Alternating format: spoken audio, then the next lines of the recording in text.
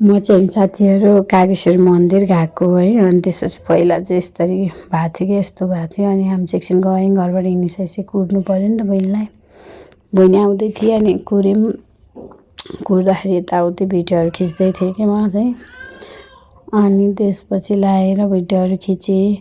अनि यसो हेरेको आइगयो भनेर, त्यही पनि आएको भने चाहिँ भिडियो खिच्नु पऱ्यो भने खिच्दै थिएँ। कति राम्रो आकाश, कस्तो राम्रो आइरहेको थियो कि।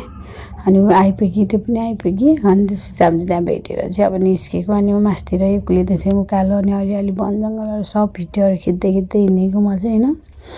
धेरै भइथ्यो है म चाहिँ कागेश्वरी नआएको चाहिँ।